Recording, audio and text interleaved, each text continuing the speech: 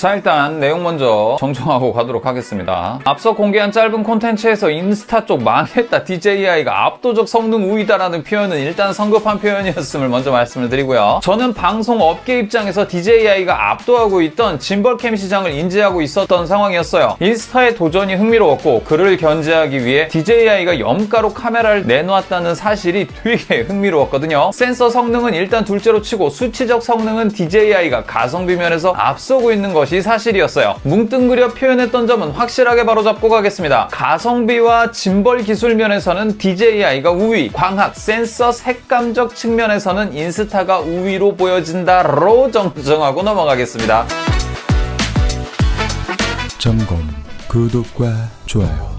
DJI 오즈모 포켓 4P 압도적인 가성비로 나왔습니다. 브이로그 팩 99만 9천원이면 인스타 루나 기본형인 114만 9천원 대비 15만원이나 저렴하죠. 어떻게 보면 DJI의 위상은 생각보다 매우 좋았습니다. 기본적인 짐벌 성능에서부터 드론, 특수 촬영 분야에서는 거의 구세주급이었어요. 짐벌캠이라고 하면 엄청 무겁고 번거롭고 값비싼 촬영료가 발생하는 분야였습니다. 그걸 제품 구입비 100만원대로 줄여준 게 오즈모 시리즈와 로니 시리즈예요. 또 드론은 어때요? 방송가 내에서는 거의 그 위상이 압도적인 수준이죠. 그 이외에 다른 유명 업체를 들어본 적이 여러분들은 없으실 겁니다. 저도 없거든요. 지금도 업계 관련자들과 이야기해보면 인스타 쪽 액션캠보다는 DJI 오즈모 포켓 시리즈를 사용하는 사람들의 빈도가 압도적이에요. 단순히 액션캠을 넘어서 다용도로 사용할 수 있는 캠이었으니까요. 이번에 갓경규 유튜브에서도 축구 콘텐츠가 찍혔죠. 여기에서도 짤없이 DJI로 촬영을 한 걸 볼 수가 있습니다. 인물 색감만 봐도 알겠더라고요. 뭐 아니나 다를까 실제로 영상을 찾아보니까 오즈모로 찍은 게 맞더라고요. 간편성과 휴대성에서는 뭐 이걸 넘어설 게 없습니다. 해외 원정 촬영인데 방송용 카메라 쓴다? Z90 같은 소형 핸디캠도 쉽지가 않아요. 물론 방송용 캠을 안 쓴 건 아니겠죠. 하지만 팔로우 안정성에서는 DJI의 명성을 넘어설 게 없다는 얘기예요. 여기에 도전장을 내민 게 인스타 360입니다. 그동안 쌓아온 광학적 기술을 총동원해서 루나 울트라를 내놓은 겁니다. 인스타 같은 경우 액션캠과 360도 캠으로 호평을 많이 받았어요. 그리고 촬영 카메라 센서부가 분리되는 고 시리즈도 인기였고 특히나 360도 카메라계에서 그 입시를 확실히 다진 카메라입니다. 때문에 고화소 센서 개발이 필수였겠죠. 온 공간을 담아야 하는 카메라를 콤팩트하게 만들어야 했기 때문에 센서가 특히나 중요했어요. 영상으로 열화 없이 담아야 했으니 그 기술력에 대한 발전이 상당했을 것으로 보입니다. 이런 기술력을 바탕으로 바로 짐벌캠을 내놓아 버렸으니 DJI 입장에서는 압박이 상당할 수밖에 없었을 겁니다. 심지어 DJI 입장에서는 악재도 겹쳤죠. 미국에서 DJI가 판금 조치된 겁니다. 그래서 DJI가 취한 전략은 물론 아니라고 발뺌을 하겠지만 DJI가 판금이 된 비슷한 시기에 미국 내에서 미국 기업으로 엑스트라라는 기업이 세워집니다. 그리고 완전히 똑같아 보이는 짐벌캠과 액션캠 등을 선보이기 시작을 했죠. 심지어 가격도 비슷했어요. 이런 식으로 집중력이 분산된 틈을 인스타가 잘 노린 거죠. 하지만 짐벌캠의 아성 뭐 어디 가겠습니까? 이번에 출시된 4P의 경우 네이밍이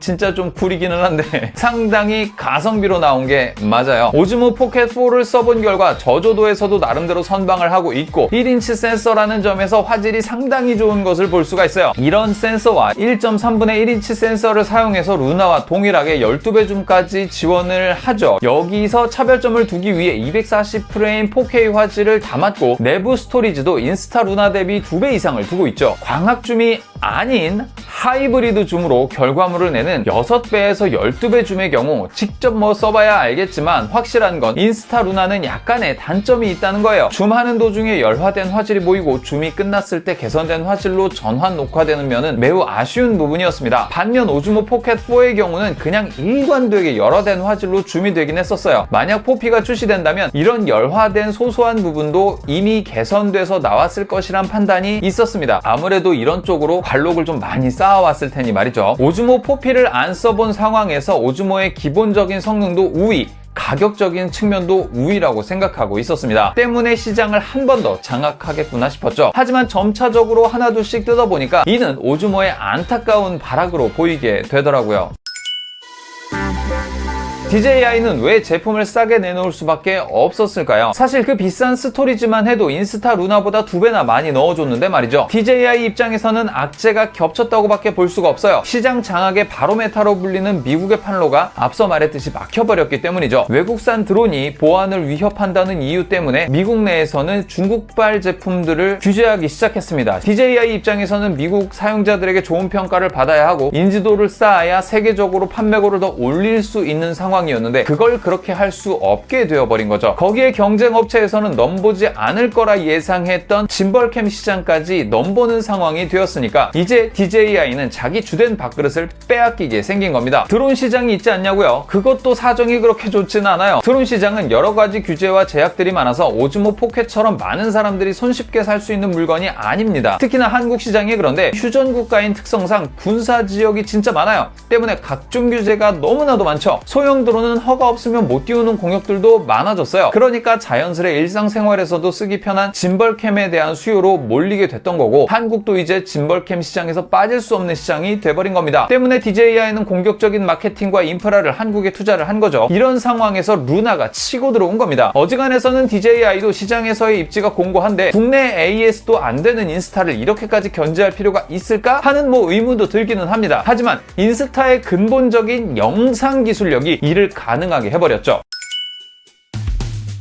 인스타는 일찍이 광학 쪽에 투자를 진짜 많이 해왔어요. 라이카와의 6년째 협업만 봐도 그 사실을 알 수가 있죠. 그 라이선스비 비싸다는 돌비까지 적용을 해서 제대로 된 HDR 영상을 담을 수 있도록 한 데다가 ACES 색 영역까지 적용을 해서 영화 제작 수준까지 영상 촬영의 급을 끌어올렸습니다. 여기서 ACES란 아카데미 컬러 엔코딩 시스템으로 오스카를 주관하는 미국 영화 예술 아카데미가 만든 색 관리 이미지 교환 표준이에요. 너무 어렵죠? 쉽게 말해서 영화 색감 표준이라고 보시면 대충 이해하기 쉬울 겁니다. 실제로 전문적으로 사용하지 않더라도 DJI 1인치 센서보다 인스타의 1인치 센서의 색감의 느낌이 훨씬 탁월했었어요. 8K 촬영이 센서의 꼼수를 활용해서 찍히는 것이 아니라 센서를 온전히 다 활용한 영상 스펙으로 내놓은 것도 인스타 루나의 대단한 포인트로 여겨집니다. 실제로 8K 영상 어디다 쓰냐 이렇게 말씀하실 수 있겠지만 이미 기술은 많이 발전해가고 있는 상황입니다. 8K 영상을 재생할 수 있는 기기는 사실 실제로 많이 보급되지는 않았어요. 된다고 한들 휴대폰 사이즈로 보고 있는데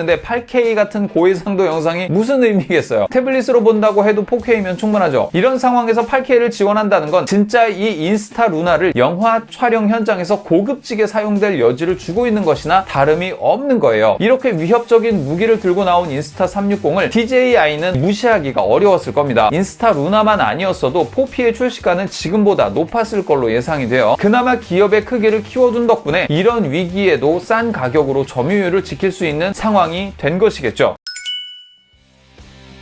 우리는 덕분에 나름 시장에서 오랫동안 인정받아온 DJI의 최신 기기를 100만 원이 안 되는 가격으로 만나볼 수 있게 되었습니다. 색감이나 앞으로의 발전 정도의 여지를 생각한다면 개인의 입장에서 인스타 루나를 더 많은 가격을 투자해서 영입하는 것이 더 좋을 수도 있겠습니다만 일반적인 수요층을 생각해 본다면 이미 저가형으로도 유튜브 및 TV 콘텐츠를 만드는 게 충분한데 굳이 루나처럼 비싼 기기를 선택할 이유는 매우 낮습니다. 경제적인 측면 그리고 지금 현재 보급되어 있는 기기들의 한계점으로 인해서 말이죠. 국내에서는 확실히 오즈모 포켓 4P의 흥행은 보장되어 있습니다. 일반 대중들은 일단 가격이 1순위인 경우가 많고 거기에 가성비라는 마법의 단어까지 붙으면 결제 버튼으로 손길이 쉽게 가게 되겠죠. 그리고 직접 써보면 아쉬운 점은 몇 가지가 있더라도 만족하며 쓰게 됩니다. 오즈모 포켓 시리즈가 늘 그랬어요. 좋은 점이 아쉬운 점을 압도하는 좋은 기기 중 하나였죠. 각자의 영역과 특성에 맞게 소비자들은 구매 버튼을 누르게 될 겁니다. 하지만 특성과 방향성이 정해지지 않은 잠재적 고객들은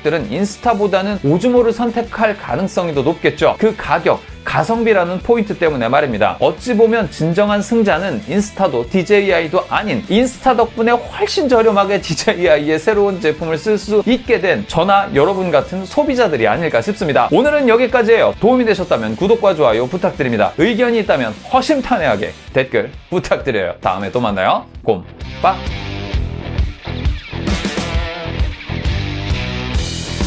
제가 올린 컨텐츠로 반대되는 의견들을 많이 달아주시는 분들이 계셔서 정말 고맙다고 생각을 합니다. 사실 저 혼자 계속해서 이 컨텐츠를 만들다 보면 이런 거 되게 잘 놓치거든요. 그리고 실수할 때도 많은데 댓글 하나하나 읽으면서 뭐가 잘못됐는지 검증하게 되고 다음 컨텐츠에 반영할 수 있게 되니까 많이 좋은 것 같습니다. 더 댓글 많이 달아주시고요. 더 많은 성원과 응원 부탁드립니다.